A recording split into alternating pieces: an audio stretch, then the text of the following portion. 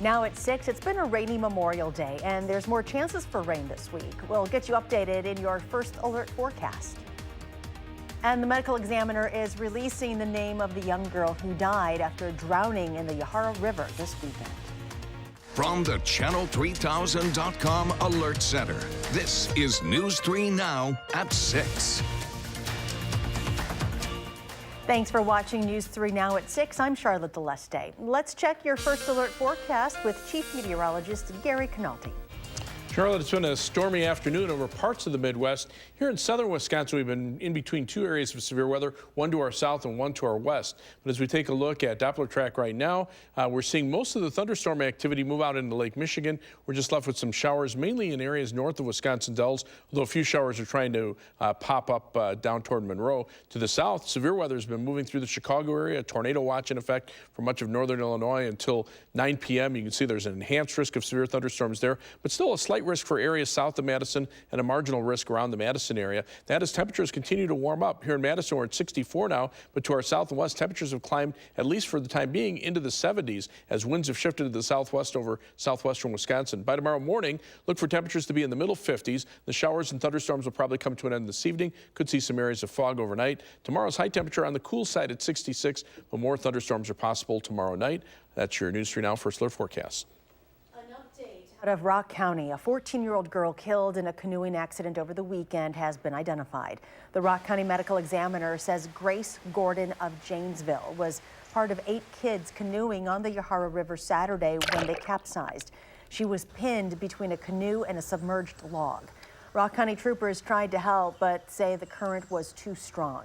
She later died at the hospital. This summer, the agencies that responded to the canoe accident want others to be mindful of the water. If you are going out on a kayak, canoe, or any other boat, make sure you are wearing a life jacket. The Wisconsin DNR also recommends you have a throw bag in case anyone you're with falls in the water and needs help getting out. Every canoe and every kayak should have one of these attached. Basically, this provides a lifeline to somebody that's in the water. Perhaps they fell out of a canoe, fell off the bank, and they're in the river, and you need an opportunity to get to them without going in the water yourself. The Dodge County Medical Examiner says a Sun Prairie man is dead after a crash last night. The 24-year-old was driving on Highway 151 near the town of Trenton when he collided head-on with another vehicle driven by a 39-year-old from Beaver Dam. The Beaver Dam man was flown by Flight for Life to Aurora Hospital in Summit. Authorities say the crash is still under investigation, but alcohol was likely a factor. A woman was brought to the hospital last night after a man she knew hit her with a baseball bat and damaged her house. Police say the two had an argument when the man used the bat to break a window at the home on East Mifflin Street. Once the two were outside, he allegedly hit her in the ankle and wrist. She was later released from the hospital with minor injuries. The man is still at large this evening and faces reckless endangering safety, disorderly conduct, and damage to property charges. At the state capitol this morning, people gathered to remember the fallen and honor veterans and current members of the military.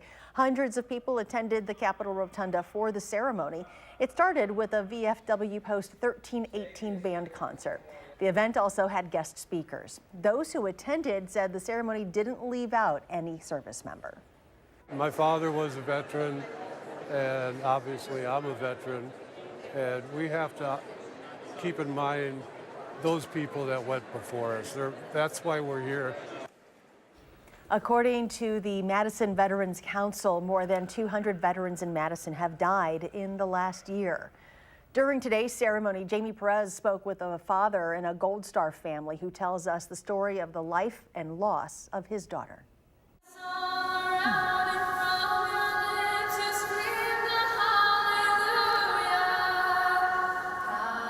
Behind every flag is someone who loved a hero.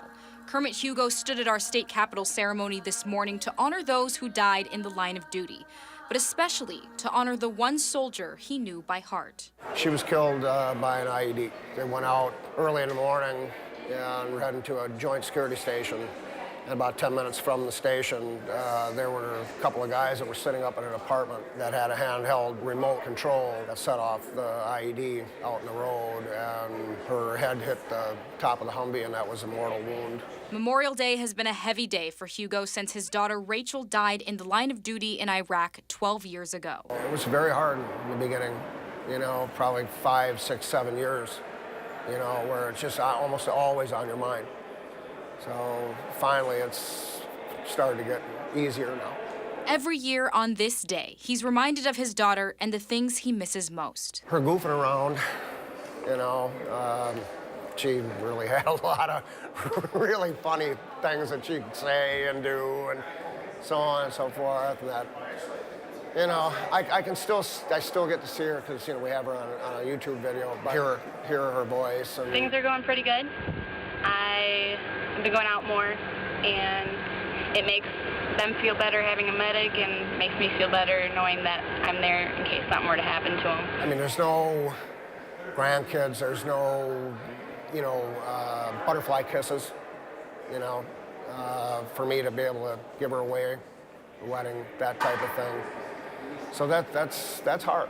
In October of 2007, Hugo said he got the knock at his door that no parent ever wants to hear. I heard the knock, and I looked out the window, and I saw, all I could see was sergeant stripes, and I knew right away. Rachel died doing what she loved. She just loved it. She just loved it, without question. A medic overseas, Hugo said she loved helping people. It wasn't just that she liked doing it, she needed to do it. Something Hugo said he's proud of.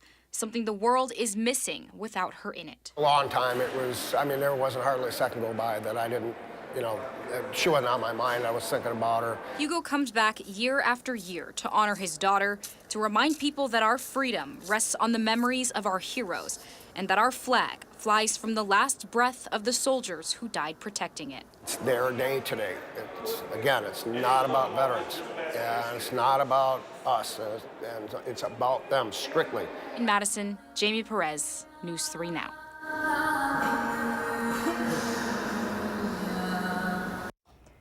Hugo was planning on visiting his daughter's grave at the Roselawn Memorial Park in Monona, but had to postpone due to the weather. He said he is still thankful he got to go to the ceremony at the Capitol to honor everyone else who died fighting for our freedom. In Fitchburg, people were also remembering the fallen with a ceremony at the fire station. The Oregon-Brooklyn American Legion Post 160 Honor Guard led that ceremony. Veteran and current Fitchburg Alder Janelle Rice was the keynote speaker. She spoke about the military's commitment to service before self. It doesn't matter if you were file clerk, pilot, Army Ranger, medic, or what you did. We all understood that every one of our jobs mattered. Every one of us relied on the others, and others were depending on us to do our job correctly. Fitchburg Mayor Aaron Richardson also spoke during the gathering. Another ceremony today hopes to spread the message of peace on Memorial Day. Members of the organization Madison Area Veterans for Peace hosted a peace rally this afternoon at the Gates of Heaven Synagogue. The annual event hopes to shed light on the cost of war and invite lawmakers to find peaceful ways to solve global conflicts. Our mission is the abolition of wars, which is a rather ambitious mission. In addition to the ceremony, the organization has installed a mile-long display with 6,000 simulated grave markers along Atwood Avenue at Old Brick Park. Organizers hope the display brings attention to the ongoing wars around the world. Ahead on News 3 Now at 6, on this Memorial Day, 16 World War II veterans are heading to Europe to mark the 75th anniversary of D-Day. We'll share their story.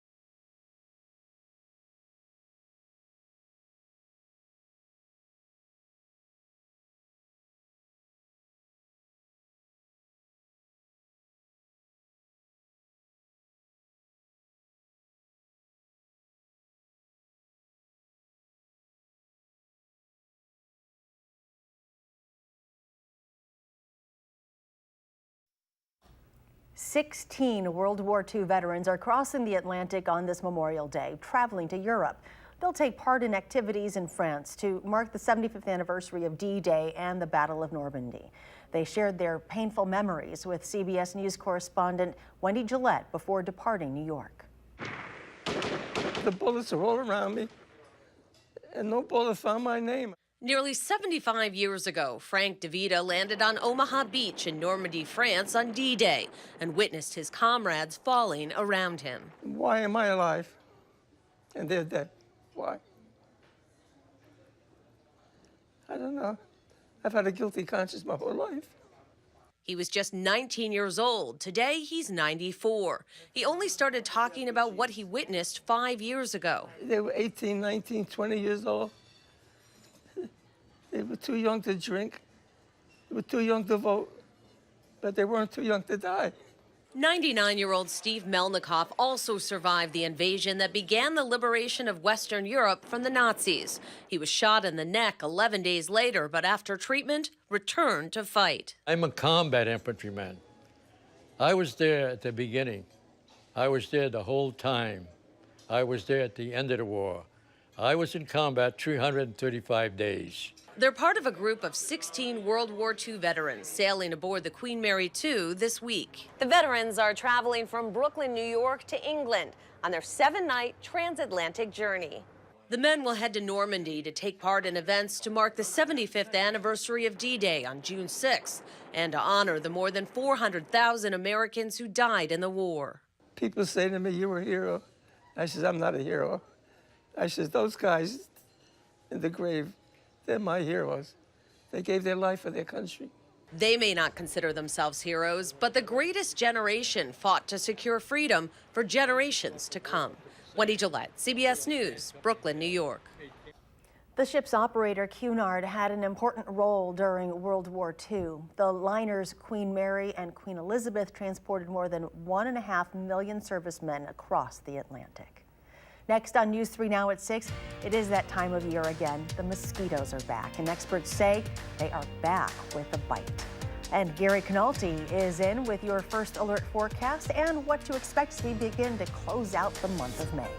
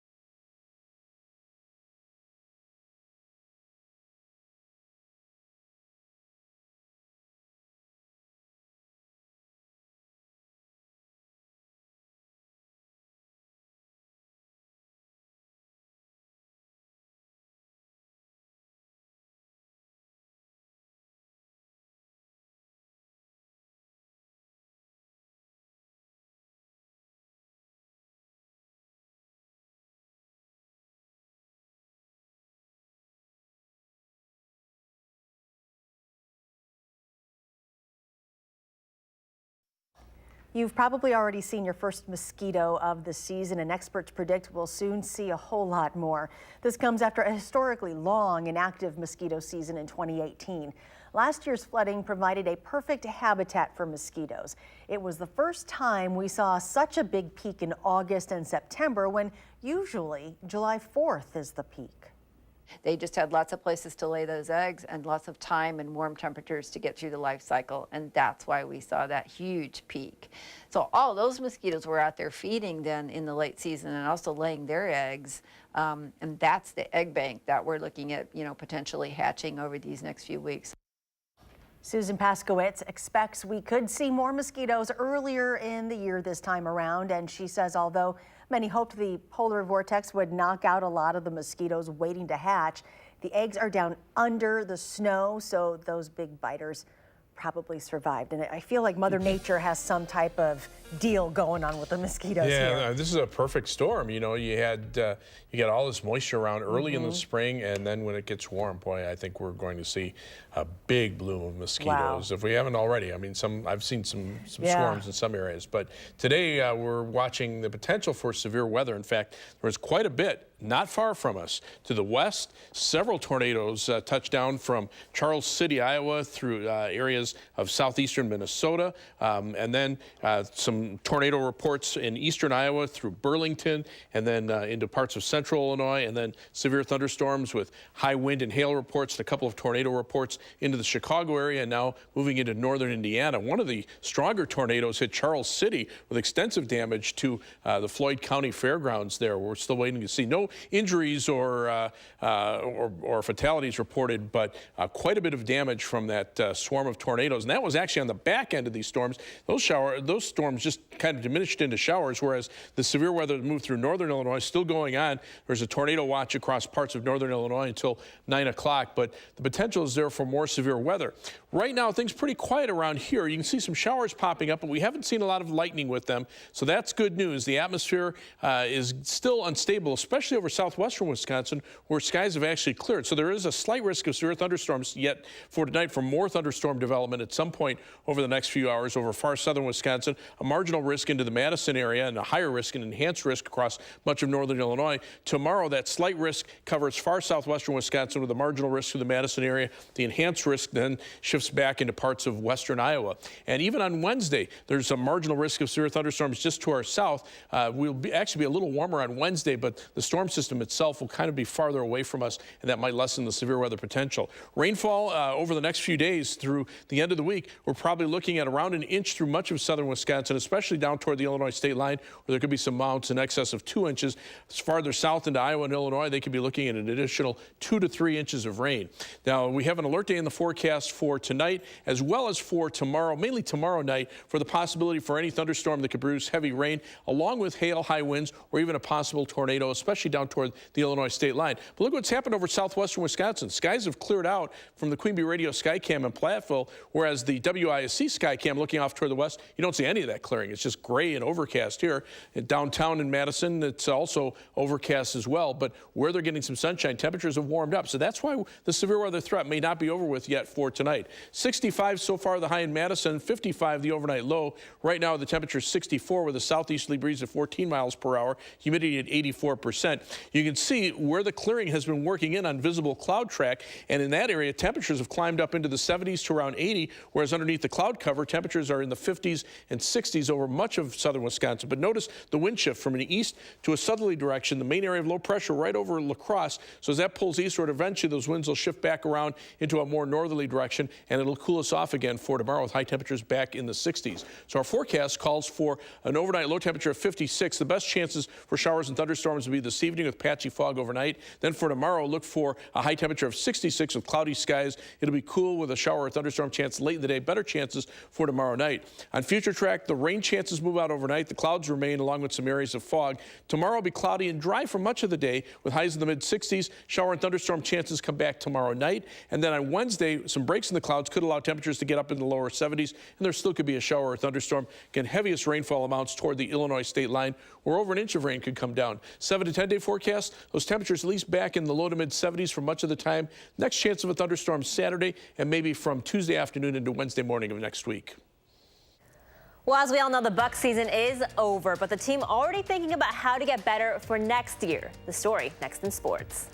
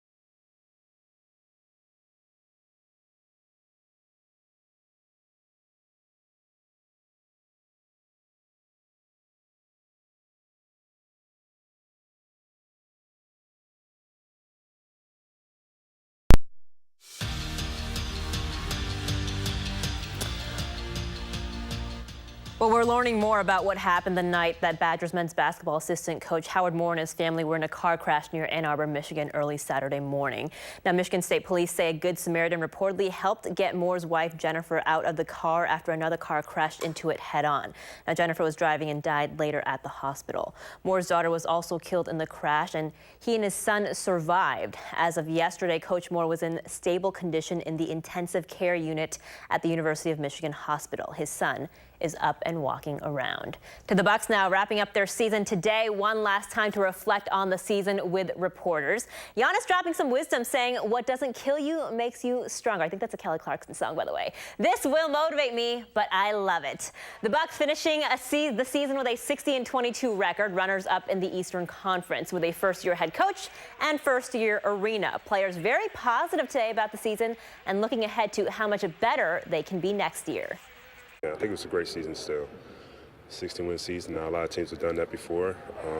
Got to the conference finals and just fell short. I mean, it's tough the way we went out, how we did, but I'm still proud of the season that we had as a whole. I think for me, from like you said, an atmosphere of a home, the guys that I played with this year, the guys on this team, I'd go to war for. Each and every single one of them. And I think that's the unique part about this team is that, roster 1 through 15, Bled, Brooke, Chris, Giannis, everyone, I'd do whatever they needed me to do to try to help win a game and beyond, far away from basketball. Well, tarps were out at Target Field earlier, but it appears we are good to go now. Brewers and Twins tonight, two of the most prolific home run hitting teams in Major League Baseball right now. Minnesota with a 6-game win streak coming into tonight. Start of a very long, or week-long rather, road trip for the Brewers. Gio Gonzalez getting the call for the Brew Crew. Michael Pineda for the Twins. Right now they're scoreless. Actually, we're in the second inning now. We've sped ahead a little bit. First baseman Bill Buckner died today at the age of 69 after battling dementia. He played for the Dodgers, Red Sox, and Cubs in his 22 seasons in Major League Baseball and was an all-star once. He was also notorious for his error in the 1986 World Series that lived in Red Sox infamy. During his career, he hit 174 home runs, had a .289 career batting average. First round of the French Open today on the men's side, Rafael Nadal winning his opening match pretty easily. He beat Yannick Hanfmann of Germany in straight sets. And then on the women's side, Serena Williams beat Vitalia Dichenko of Russia, but her attire making the bigger statement, wearing a crop top and skirt with the words Mother, Champion, Queen, and Goddess in French. Serena aiming to win her 24th Grand Slam of her career. So definitely keep an eye out for her at Roland Garros. Why does it not surprise me she has that written on her Of course, outfit? yes, very cool. Making a statement. All right, final check with Gary. Showers across parts of southern Wisconsin. We could see a few thunderstorms pop up as the atmosphere starts to reload. Notice those temperatures to our south and west in the mid-70s over southwestern Wisconsin, still in the mid-60s underneath the cloud cover here in Madison. So we'll have to keep an eye out for the possibility for a strong thunderstorm to develop this evening. And then again tomorrow, that's why we have an alert day in the forecast. After that, you can see temperatures mainly between about 70 and 75 and just some chances for rain. We need some dry weather in here, and hopefully we'll get at least a few days of it. We need a lot of dry weather. Thank you, Gary, and thank you for joining us. Have a great evening, and we'll see you back here at 10.